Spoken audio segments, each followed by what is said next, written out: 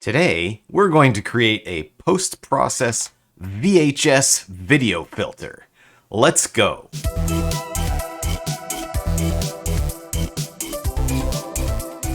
Way back in the olden days, before cell phones that recorded high-quality 4K video at 60 frames per second, we recorded video on VHS tape. The recording and playback process introduced all kinds of interesting visual artifacts. Today, we're going to create a post-process shader that mimics some of these video artifacts. We're going to start out in Unreal today, and then move over to Unity and create the same effect there. We're going to apply two effects in today's video, and then build on these in the following weeks. So, first, let's go over a method for color grading in the color space of VHS called YIQ. So the first thing that we need to do is create ourselves a new shader, or a new post-process material. So I'm just going to come down here to my content drawer and right-click and pick material. And I'm going to call this test post-process VHS. All right, so the first thing that I need to do, as always, when I create a post-process shader, is drop down this material domain selection menu and pick post-process. And in order to just see the scene that I'm working on, I need to sample my scene texture. And so I'll do a search and add scene texture node. Now the simplest post-process shader you can create is just sample the scene itself, wire it right into the master node.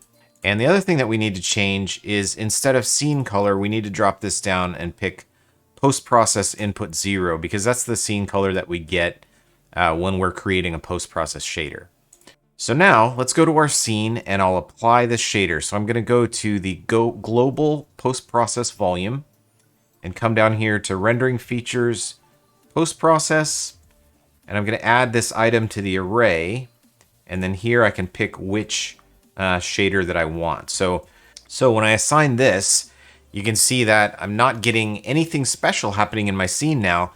It's because we're just sampling the scene directly and passing it right into our root node. So we have a blank shader and we're ready to get started. So like I said, the first thing that we want to do is do a little bit of color grading in the color space of VHS, which is called YIQ.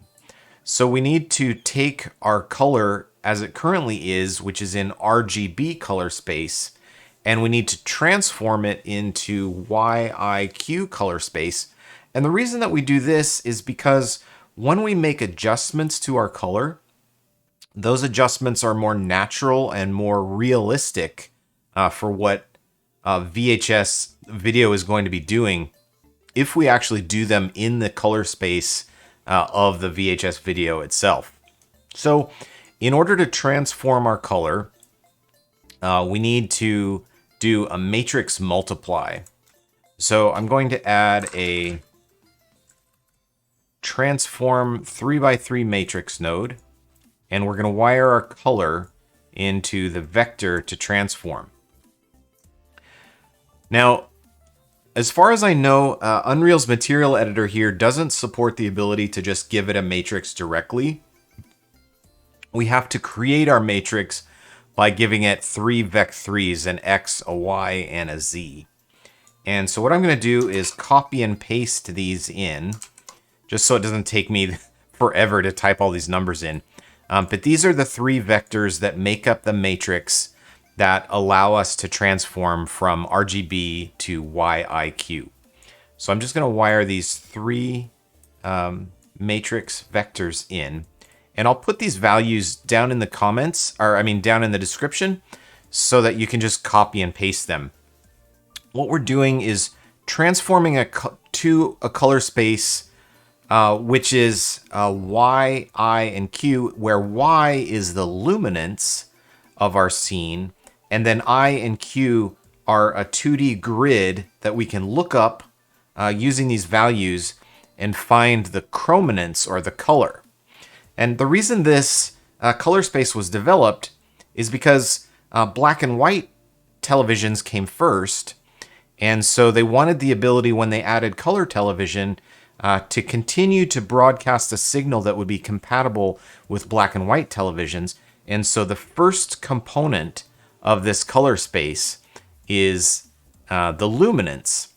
So once I've transformed from RGB into YIQ, what I can do now is if I then take and add a component mask and just grab the first component of the component mask and wire that in, if we take a look at our preview now, you can see that I've converted my scene from color to black and white, because that first component of YIQ is the luminance or the brightness of the scene.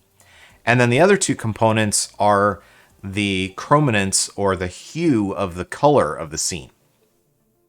So now that I'm in this color space, what I can do is adjust the luminance and the chrominance to match or simulate the characteristics of VHS tape.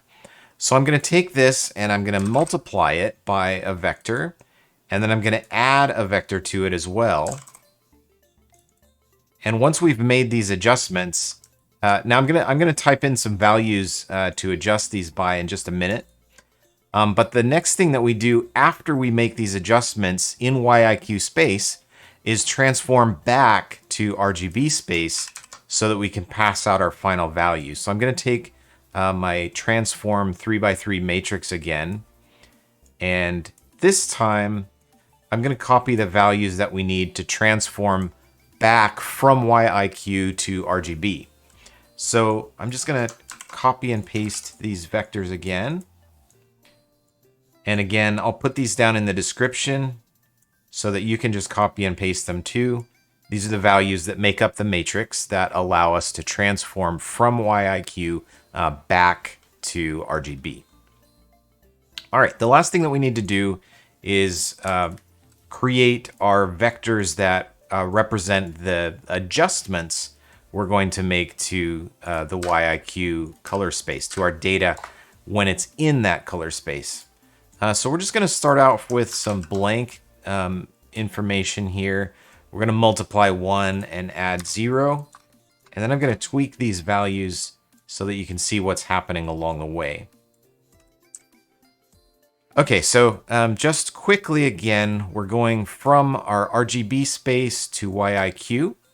Then we're making some adjustments, and in this case, we're keeping things exactly the same right now. Then we're going back to RGB and then passing our value out. So the first thing that I want to do is kind of reduce the contrast of our scene. This is something that was kind of characteristic of VHS.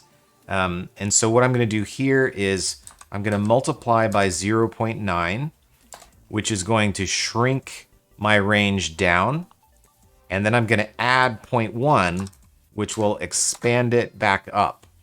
And so what that does, if we take a look here, I'm just going to wire directly out. And then I'll wire with the change.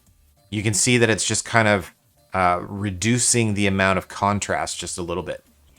And now the other thing that I'm going to do is just kind of play with the color values a little bit in the way that recording on VHS actually would. So for my IQ, my second two items here, I'm going to use 1.1 and 1.5.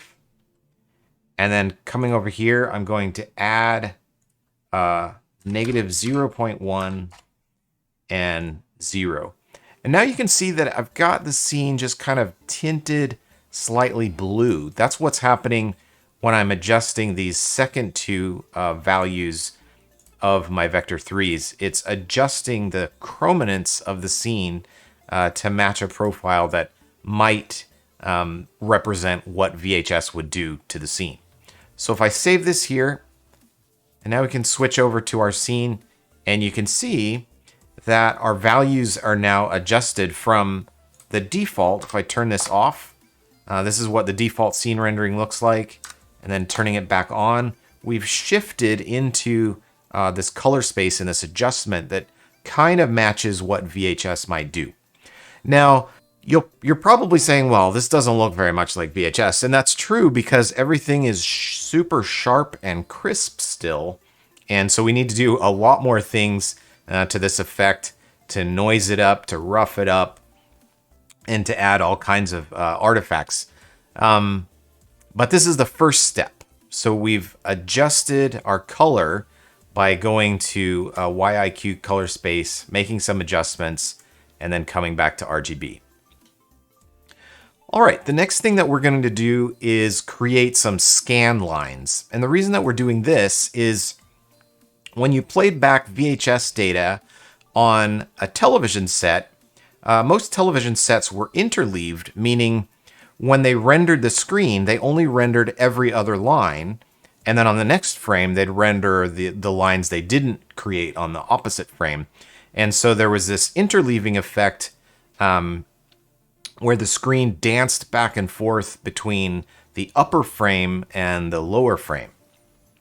And so what we need to do to create that effect is we need to create a filter, or create a mask rather, where every other line on the screen is black and white. And then we can use that mask to add a couple of effects. So let's take the view size of the screen. And in this case, we're going to be using the vertical value of the view size. And so we need to add another component mask. And we're just going to pick the G channel, or the Y channel of our view size, because we're only concerned with how high the viewport is right now. And then the other thing that we need is our texture coordinates. And in this case, our texture coordinates are representing the coordinates on the screen. And again, we're just going to mask out the Y component of our texture coordinates. So where are we in the vertical position? Then we're going to multiply these two together, and we're going to add a floor node, which is going to round down our values to the nearest whole number. And then we're going to use an fmod node with a value of 2 here, which is going to make it so that we're selecting every other line. So we've rounded down, and then our fmod is making it so that we're coloring every other line white and black. And if I grab these nodes here and move them over, let's just move these in directly.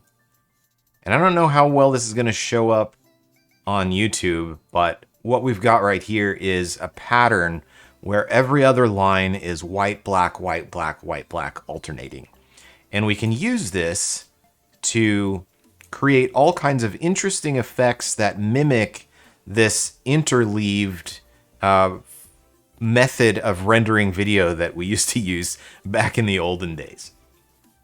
All right, the other interesting thing that we can do is we can take our texture coordinates here, and if I add time to our texture coordinates, now I'm able to shift these scan lines so that they're animated. And I'm not sure if that's going to show up at all here. Yeah, it just turned our screen black. So what I'm going to do is come back to this. I'll just leave these texture coordinates as they are for now. And then once we get our effect a little bit further along, I'll bring back that animated element so that you can see what that's doing. Okay, the next thing that we're going to do, now that we have our scan lines here, is we're going to imitate the effect of chromatic aberration. And what chromatic aberration is it's where the colors of the image are pulling themselves apart. And it was really common with VHS format for the color to not match and to kind of bleed out on itself in a horizontal pattern. And so in order to create chromatic aberration, we actually need to sample our scene twice. So we're going to take our first sample here and our second sample here. And so for our first sample, we need to multiply that by the first half of our color spectrum, or the color value that we're going to use for the color bleed that we're getting. And so I'm going to click on our color selector here, and I'm going to pick a color that's kind of a light blue. Let's just go with that for now, and we'll see what results we get. And so now that we have this color multiplied by our first scene sample, we need to take the opposite of this color and multiply that by our second sample. So if I wire out of that color there and just add a 1 minus, now you can see that my shader is taking this color and calculating the complement of that color down here. And so now I need to multiply my second scene sample by the complement of the color. And then once I have these two scene samples multiplied by these colors, I can add the result back together. And so right now, these are just using our regular screen coordinates to sample. But what I can do is take these and offset them each slightly by a couple of pixels in the horizontal direction, and it'll offset these color values. So if I just take this right here, I'm just going to skip over my color adjustments for now. I'm just going to move these out of the way, and I'm just going to wire this directly into the scene. And what you'll see here is that my scene still looks exactly the same, and that's because my blue version of the scene and my orange-yellow version of the scene line up perfectly.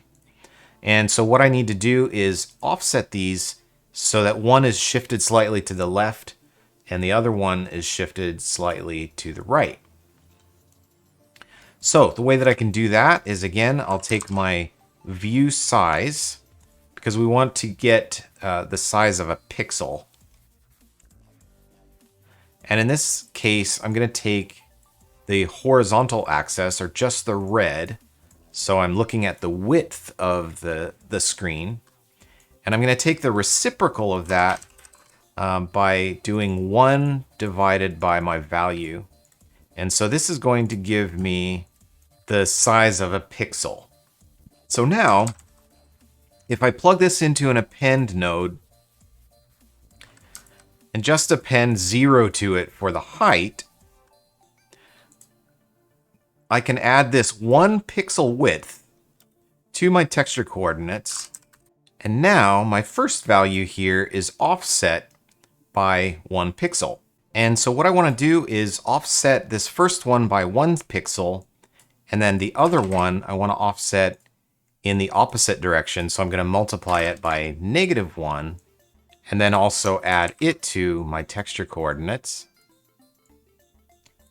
And so now my first scene sample is offset in one direction by 1 pixel, and my second scene sample is offset in the other direction.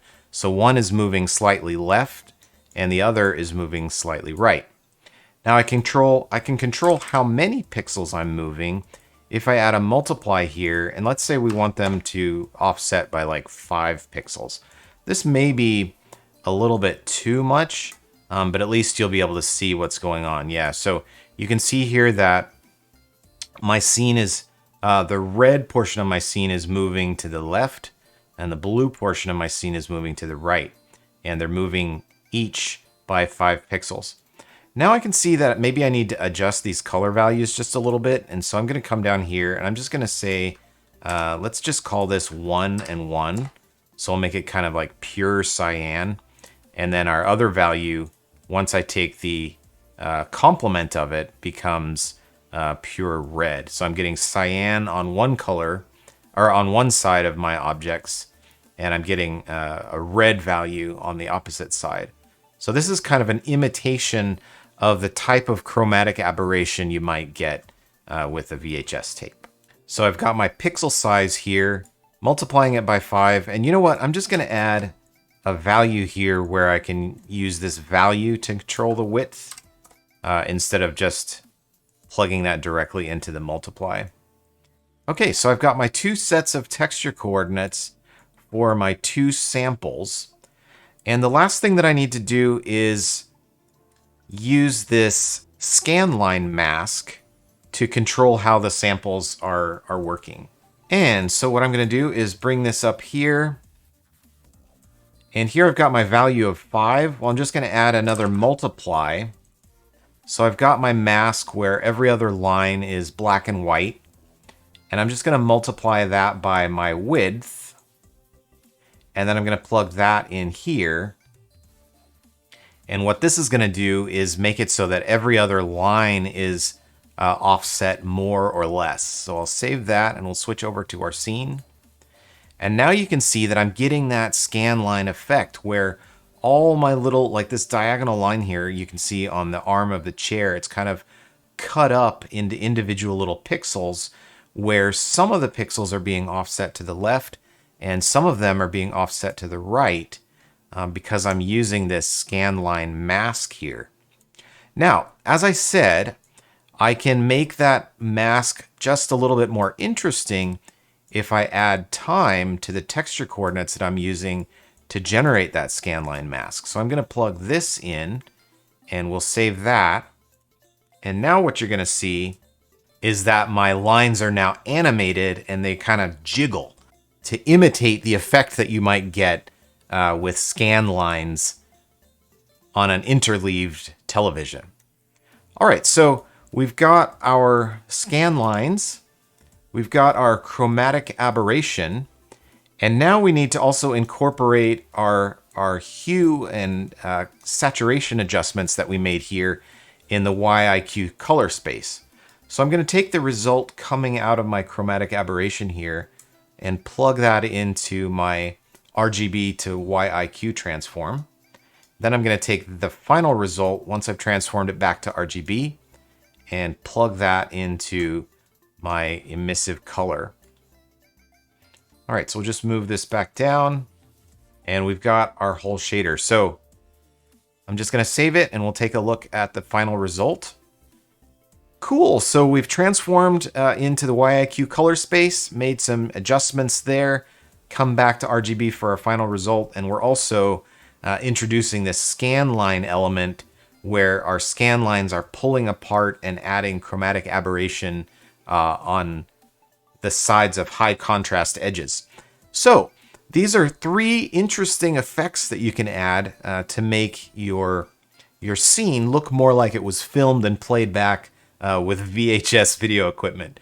Pretty cool. Now next week we're going to go into part 2 and we may introduce some new effects like some random noise, maybe some tracking artifacts and some warping and wiggling around the edges. All these kinds of things that will contribute to making our scene look more like it was filmed and played back with VHS video equipment. All right, let's switch over to Unity and I'll show you how to create the same effects there. All right, here we are in Unity and I've created the same VHS post-process filter shader here as we did in Unreal. So let me switch over to that and I'll walk you through what I did to create it.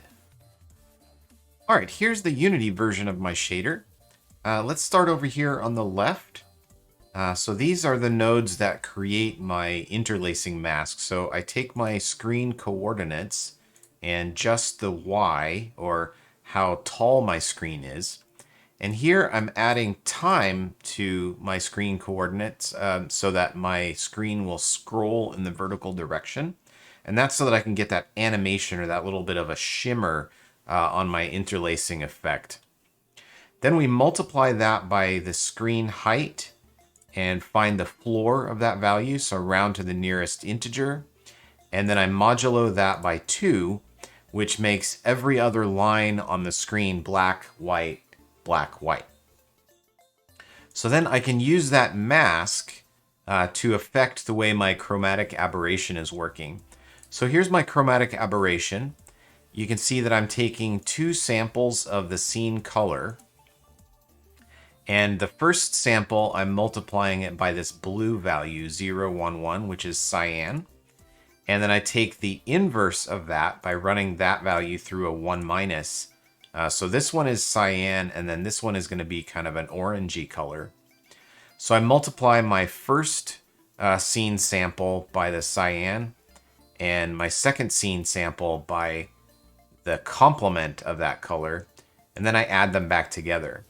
Now the trick of the chromatic aberration is how my samples are offset. So my blue is offset to the left, and the complement of cyan or blue is offset to the right. And the way that I'm doing that offsetting is I'm taking my screen position and I'm adding to it the value that I'm calculating from my screen interlacing mask multiplied by 5.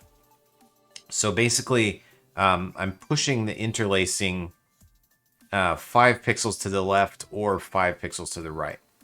So here is my value that I'm calculating, 1 pixel width, and I multiply that by 5 times the interlacing offset. So if I switch back to my scene here, what that gives me is every other line is offset 5 pixels to the left or right, and so I get kind of this cyan fringing on the left sides of things, and then the red fringing on the right sides of things. Pretty cool.